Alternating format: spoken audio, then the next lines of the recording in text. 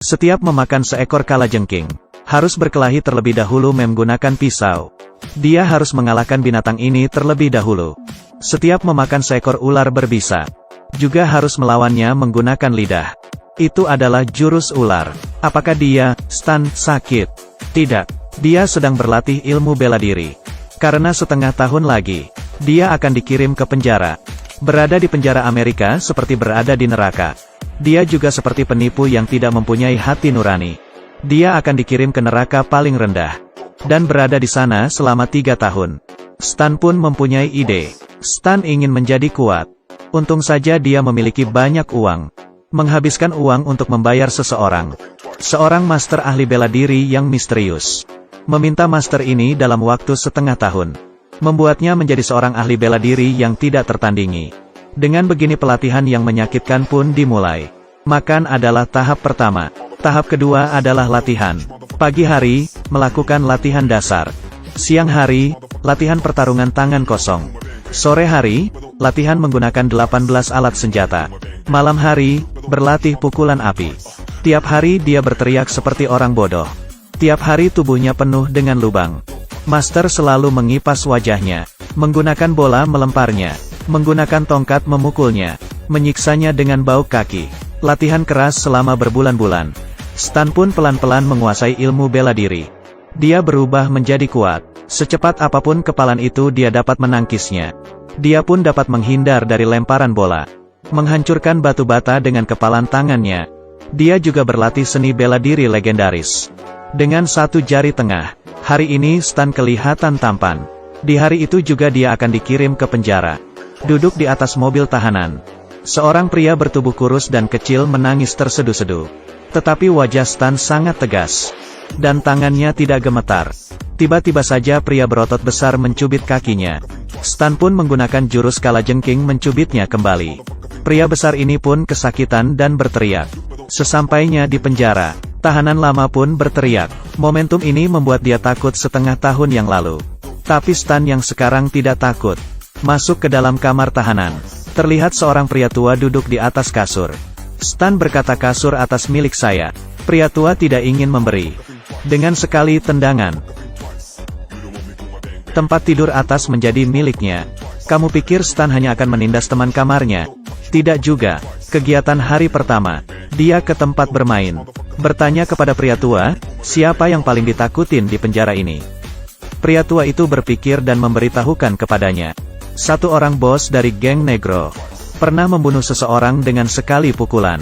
Satu orang ketua geng Meksiko. Begitu banyak orang. Semua orang akan mati untuknya. Satu orang ketua geng Nazi. Berbahaya dan licik, dia selalu membawa senjata bersamanya. Tetapi tidak ada yang bisa menemukannya. Dan seluruh tahanan yang ada di sini tidak berani mengganggunya. Dia adalah monster hitam besar. Beratnya 400 kg. Sekali pukulan 500 kg. Seharian hanya menindas orang yang lemah. Suka mengendus orang lain. Mempermalukan orang lain. Stan yang mendengar itu pun. Baik, kita ganggu dia. Stan pun berjalan di hadapan pria monster itu.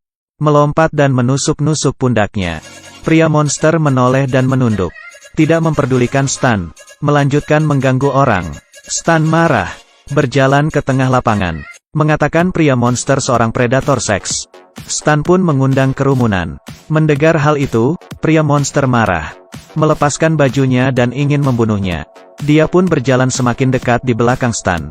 Tetapi kemudian, Stan berbalik dan melawan. Menunduk, memukulnya, membuat pria monster itu menutupi wajahnya dan berteriak. Pria monster tidak terima. Stan pun memukulnya lagi. Lalu memutar tangannya, memukul lengannya beberapa kali. Memutar pergelangan tangannya. Membengkokkan jari-jari tangannya, membuat pria monster ini pun tidak dapat berdiri kembali. Stan pun menendang kepala pria monster ini. Tetapi hanya berjalan beberapa langkah. Geng Nazi pun menahannya. Melihat Stan begitu hebat, mereka ingin dia ikut bergabung. Siapa sangka, reaksi Stan, memberinya satu buah pukulan keras. Setelah memukul ketua geng Nazi, geng Negro pun menghampirinya. Dia tidak terima kalau Stan memukul saudaranya. Ingin membalaskan dendam saudaranya. Mereka pun mengeroyok Stan. Tetapi Stan merobohkan mereka satu persatu. Walaupun Stan bertubuh kecil, Tetapi saat dia berkelahi dia seperti dewa perang. Orang berkulit hitam pun semakin banyak. Dia mengambil tongkat pel, memukul kepala tongkat, dan berubah menjadi tongkat. Lalu, orang berkulit hitam pun jatuh satu persatu. Hanya tersisa ketua geng. Stan pun berjalan ke arahnya. Dengan sekali pukulan, membuat semua giginya di mulutnya patah. Pertarungan pertama, Stan pun berhasil membangun keagungan. Dia menjadi tuan di dalam penjara.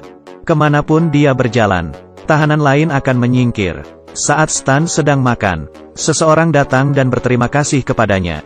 Kepala penjara pun mendengar kabar tentang dirinya. Meminta petugas membawanya ke ruangan. Sesampainya Stan di dalam ruangan, kepala penjara ini pun meminta melepaskan borgol dari tangannya. Tidak disangka dia sudah melepaskan sendiri borgol tersebut. Terbuka. Berikan borgol kepada petugas. Lalu mengembalikan tangannya yang terkilir. Membuat petugas penjara kaget dan menangis. Kepala penjara menawarkan cerutu kepada Stan. Menuangkan arak untuknya. Dia ingin meminta bantuan Stan. Ternyata dia mengetahui kalau Stan seorang ahli di bidang properti. Dia ingin merobohkan gedung penjara ini. Merubahnya menjadi perumahan elit. Menghasilkan banyak uang. Dia membutuhkan bantuan Stan. Imbalannya adalah, ketua penjara berjanji akan membebaskan Stan dalam waktu 1 tahun. Mendengar itu, Stan langsung menyetujuinya. Dia sendiri juga bukan orang baik. Dia pun merasa senang. Tetapi sewaktu Stan sedang mandi, ketua Nazi datang ingin membalaskan dendam. Menggunakan alat tajam, ingin menikam Stan. Ternyata Stan melihatnya dari cermin. Stan pun lolos dari tikaman itu. Stan berbalik, tanpa busana, memukul ketua geng Nazi tersebut. Ini adalah serangan balasan. Ketua geng itu pun kembali mengambil pisau tersebut. Stan pun mengeluarkan senjatanya, sabun nunchucks. Dia meniru Bruce Lee, membuat pria otot besar kabur ketakutan. Memberikan beberapa pukulan kepada ketua Nazi. Ketua Nazi pun dibasuh dengan pukulan sabun. Semenjak hari itu, Stan memutuskan akan merubah keadaan di dalam penjara. Stan pun memanggil semua tahanan. Meminta mereka berhenti melakukan kekerasan. Siapa yang tidak menuruti akan berhadapan dengannya. Lalu bagaimana caranya? Dengan menari. Tidak senang, menarilah. Ingin memukul, menarilah. Kemudian di bawah kekuasaan Stan, penjara pun berubah menjadi sukacita.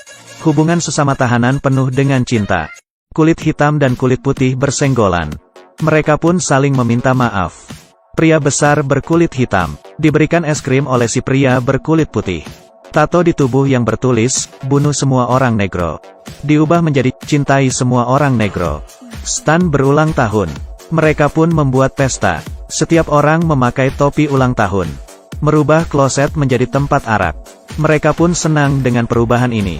Terkecuali kepala penjara, melihat para tahanan berdamai. Dia sangat marah dan kesel. Dia pun memanggil Stan, mengancamnya dengan masa tahanan 3 tahun. Meminta Stan merubah kembali kebiasaan para tahanan. Ternyata akan ada kunjungan dari Dewan Gubernur. Kepala penjara pun membuat rencana perkelahian antar sesama tahanan. Harus ada darah dan ada yang mati. Dengan begitu para dewan akan menutup tempat ini. Dan gedung penjara pun akan dijual. Stan terlihat ragu. Tetapi demi masa depannya, dia pun menyetujuinya. Dia berjalan di lapangan, berteriak dan berkata dia sudah tidak peduli. Kalian senang berkelahi. Mendengar perkataan Stan, perkelahian pun dimulai. San makan siang, pria ini menemui Stan. Stan pun mengusirnya. Pria tua yang melihat perubahan Stan. Dia pun kecewa. Seminggu kemudian, ketua penjara membawa para dewan mengelilingi kamar tahanan. Mereka pun mewawancari Stan.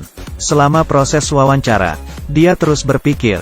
Di saat ini, teman tahanannya akan saling membunuh. Petugas pun memberikan mereka senjata. Akhirnya waktu yang tepat pun datang. Petugas bersiap menghancurkan tempat ini. Tiba-tiba saja Stan mengingat. Senyum para tahanan. Mereka membuat pesta untuknya. Stan tersadar. Dia memutuskan dan berdiri di pihak para tahanan.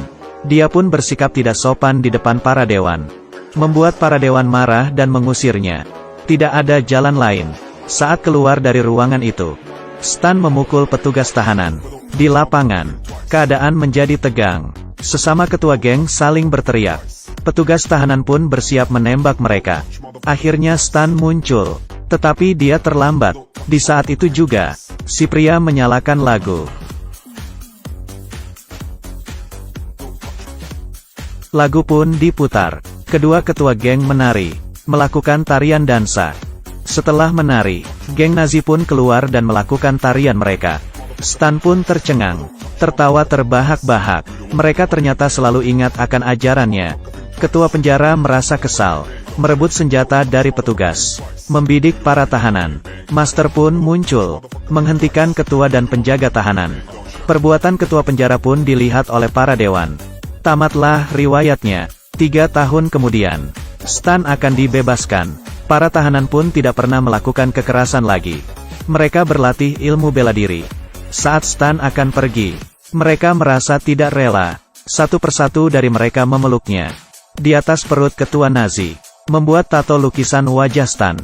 Masih sangat mesum. Cerita ini mengajarkan kita, lebih baik menari, daripada saling menyerang. Membuat diri sendiri nyaman, setiap orang pun akan diberkati. Sampai sini, menurut Anda bagaimana film ini? Berikan komentar kalian. Bagi yang menyukai tolong di like.